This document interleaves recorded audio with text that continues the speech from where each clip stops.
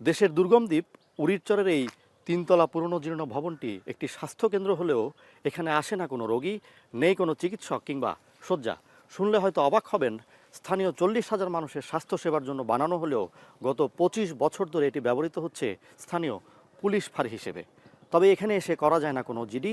নিরাপত্তা চাইতে কালেভদ্রে কেউ কেউ আসেন। এখানে নামকাওয়াস্তে চলা এই ফাঁড়িতে পুলিশ সদস্য রয়েছেন মাত্র 12 জন। দেশের অনুন্নত এই অঞ্চলে স্বাস্থ্যসেবার ভবনে এই পুলিশ ফাঁড়ির কার্যক্রম কেমন চলছে তা ভেতরে গিয়ে দেখার চেষ্টা করব। 2 দশক আগে নির্মিত তিনতলার ভবনটি যে পরিবার কল্যাণের একটি স্বাস্থ্যকেন্দ্র তার একমাত্র সাক্ষী দোতলার মলিন এই ফেস্টুন। এখানে বেশ কয়েকটি কক্ষ ব্যবহার হচ্ছে ফাঁড়ির হাজতখানা হিসেবে, আর মাঝের পলেস্তরা খসা এই কক্ষে নামমাত্র চলে পুলিশ ফাঁড়ির কার্যক্রম। ফাঁড়ির এমন দশা নিয়ে কোনো পুলিশ সদস্য কথা বলতে না চাইলেও স্থানীয়দের অভিযোগ এই ফাঁড়ি তাদের কোনো কাজে আসে না, থামে না দস্যুতা, সন্ত্রাস ও জবরদখলের সংস্কৃতি।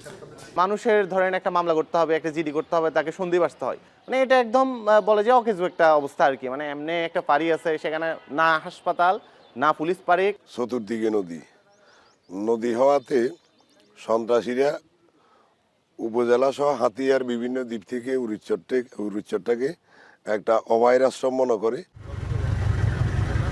দ্বীপে ন্যূনতম প্রাথমিক স্বাস্থ্যসেবা না থাকায় প্রসূতি ও শিশু মৃত্যু যেন নিত্য ঘটনা, যার সাক্ষী চরের উত্তর প্রান্তের বাসিন্দা কৃষক সাইফুল। 5 মাস আগে যার ভাগ্যে ঘটেছে নির্মম এক ঘটনা। নৌযানের অভাবে ঠিক সময়ে হাসপাতালে নিতে না পারায় অকালে হারাতে হয়েছে প্রসূতি স্ত্রীকে। তার সন্তান এখন বেড়ে উঠছে মায়ের স্নেহ আদর ছাড়াই। নোয়াখালী যেবেলায় গাড়ে লই গেছি, গাড়ে নিছি আর বোট নাই, বোট মন্দিরতে 1 ঘন্টা নিয়ে ঘরে দিয়ে আসি।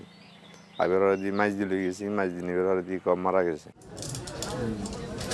রোগবালাই বা প্রাথমিক চিকিৎসায় এখানকার হাটবাজারের ফার্মেসি স্থানীয়দের একমাত্র ভরসা, আর জটিল রোগ বা দুর্ঘটনার চিকিৎসায় দুর্গম নদী ও জলপথ পাড়ি দিয়ে তাদের যেতে হয় নোয়াখালী বা সন্দ্বীপের হাসপাতালে।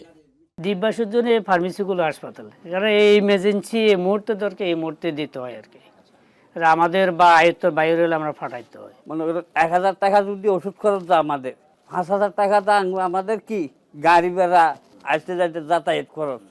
ধান, সবজি, মাছ ও কাঁকড়ায় সমৃদ্ধ এই চরে পৌঁছে গেছে বিদ্যুৎ, আছে ইন্টারনেট সুবিধাও, অথচ সেভাবে পৌঁছয়নি শিক্ষার আলো। কোনো রকমে চলছে 4টি প্রাথমিক ও 1টি মাধ্যমিক বিদ্যালয়ের কার্যক্রম। 40 থেকে 50,000 মানুষের বসবাস, কিন্তু একটা মাত্র মাধ্যমিক স্কুল, তাও এমপিভুক্ত এখনো হয়নি। দাখিল লেভেলটা বা মাধ্যমিক লেভেলটা সেটা আমাদের ওই এমপিউ না থাকার কারণে বিভিন্ন খরচ, হস্টিং সবগুলো মিলে আমরা অগ্রসর হতে পারতেছি না। প্রমত্তা, মেঘনা আর উত্তাল বঙ্গোপসাগরের বুক চিরে 1970 সালে সন্দ্বীপের উত্তর দক্ষিণে এই চরটি জেগে ওঠে। 80-র দশকে ভূমিহীন মানুষ এখানে এসে বসতি গড়েন। বর্তমানে এটি চট্টগ্রামের সন্দ্বীপের একটি ইউনিয়ন হলেও নোয়াখালীর সাথে আছে সীমানা জটিলতা। 2 দশক ধরে কোনো নির্বাচন না হওয়ায় জনপ্রতিনিধির অভাবে উন্নত হয়নি সড়ক ও যোগাযোগ ব্যবস্থা। আজ 20 বছর কোনো মেম্বার নাই, চেয়ারম্যান নাই, কোনো একটা মেরামত করার লোক নাই। নোয়াখালী একটা ওয়ার্ড দাবি করে, ওয়ার্ডের কারণে আমরা ভোটটা, সেইমিনার কারণে আমার হাইকোর্টে মামলা আছে, সেইমিনার কারণে ভোটটাও না। ভালো একটা শিক্ষার প্রতিষ্ঠান নাই, ডাক্তার নাই, রোডঘাট নাই, এগুলি আমরা সরকারের কাছে দাবি জানাইতেছি। সীমানার সমস্যা যেটা সেটা যদি সলভ হয়ে যায়, অতি দ্রুত সেখানে ইলেকশন দেওয়া যাবে এবং জনপ্রতিনিধি শুরু করে আপনারা সবাইকে সেখানে দেখতে পাবেন। অচিরেই এই উরিরচর, তারপর যে ভাসানচর এবং যে স্বর্ণদ্বীপ যে অংশটা আর কি, সেটাকে আমরা আবার সন্দ্বীপের মধ্যে নিয়ে আসতে পারবো, সেই প্রচেষ্টায় আমরা রয়েছে।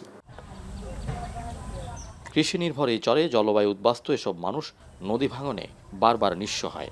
এ অবস্থায় ভাঙন রোধে কার্যকর পদক্ষেপ নেওয়া সহ নানা নাগরিক সুবিধা নিশ্চিতের দাবি স্থানীয়দের। ফয়সাল করিম, এখন, সন্দ্বীপ, চট্টগ্রাম।